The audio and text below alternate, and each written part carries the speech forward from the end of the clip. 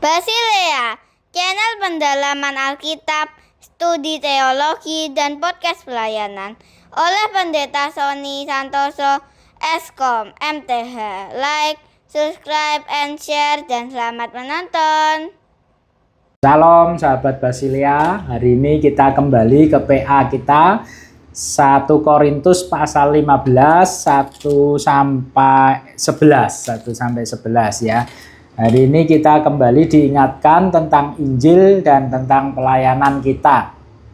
Kita sudah belajar di pasal-pasal sebelumnya tentang kasih, tentang karunia roh, tentang nubuat, tentang berbagai karunia dan sebagainya. Dan sebelum Paulus mengakhiri surat 1 Korintus ini, dia mengingatkan kita tentang Injil Yesus Kristus dan tentang anugerah serta pelayanan kita. Saya baca dahulu saudara di 15 ayat 1. Sekarang saudara-saudara, aku mau mengingatkan kamu kepada Injil yang aku beritakan kepadamu dan yang kamu terima dan yang di dalamnya kamu teguh berdiri. Jadi kita diingatkan pagi ini kepada Injil yang telah diberitakan kepada kita dan yang telah kita terima. Saudara, dalam pelayanan kita, dalam aktivitas kita, dalam segala hal kehidupan kita, jangan lupakan tentang Injil itu. Dan kita mesti teguh berdiri di dalamnya. Ayat yang kedua, melalui Injil itu kamu diselamatkan. Kita diselamatkan karena kabar baik yang kita terima melalui Injil. Seperti yang telah kuberitakan kepadamu, asal kamu teguh berpegang padanya. Mari saudara-saudara sekalian, kita tetap teguh berpegang kepada Injil yang telah kita terima, yang telah kita layani, Allah Yesus Kristus yang kita layani. Mari kita berpegang, jangan kecewa kepada Tuhan, jangan mundur melayani, jangan mundur belajar Alkitab, tetap teguh saudara. Jika kita tetap teguh berpegang, maka semuanya itu tidak akan sia-sia. Tetapi jikalau kita mulai goyah, jikalau kita tidak lagi berpegang pada Injil dan mengandalkan diri atau manusia atau berhala yang lain saudara, maka kita akan goyah. Hidup kita akan goyah dan kita tidak diselamatkan. Ayat yang ketiga, sebab yang sangat penting telah kusampaikan kepadamu, yaitu apa yang telah kuterima sendiri, ialah bahwa Kristus telah mati karena dosa-dosa kita. Ya, Injil itu memberitakan kepada kita bahwa Kristus telah mati untuk dosa-dosa kita. Kitalah yang seharusnya dihukum, kitalah yang seharusnya menerima akibat dosa kita, tetapi Yesus mau mati untuk dosa kita. Sesuai dengan kitab suci, ayat yang keempat, bahwa ia telah dikuburkan dan bahwa ia telah dibangkitkan pada hari yang ketiga sesuai dengan kitab suci.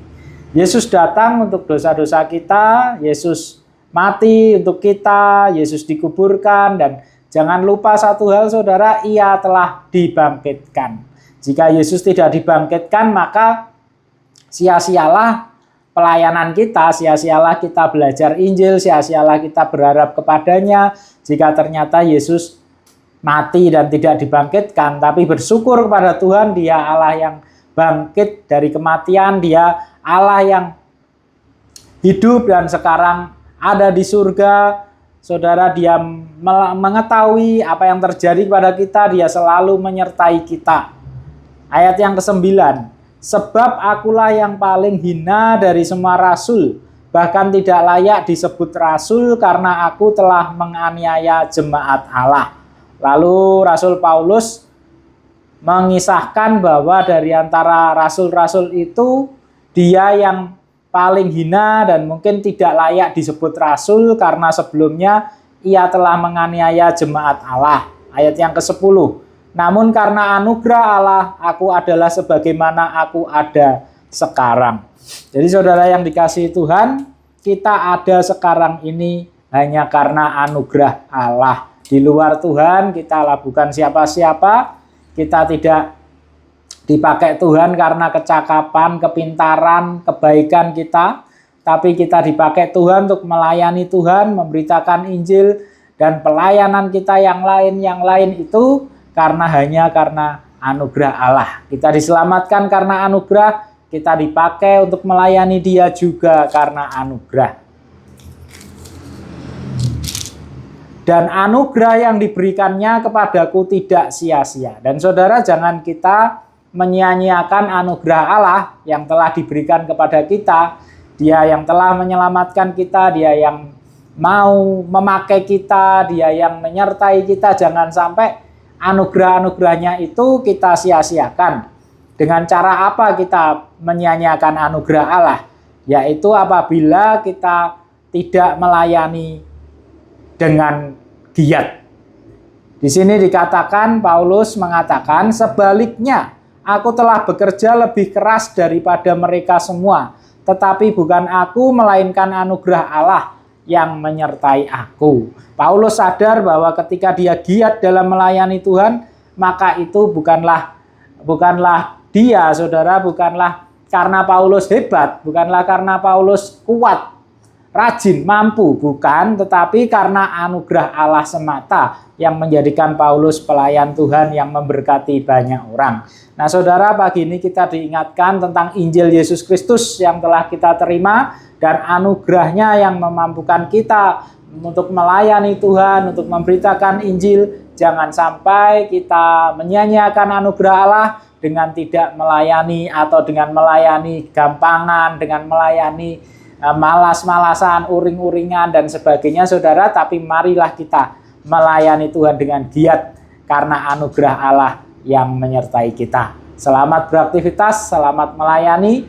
Tuhan Yesus memberkati.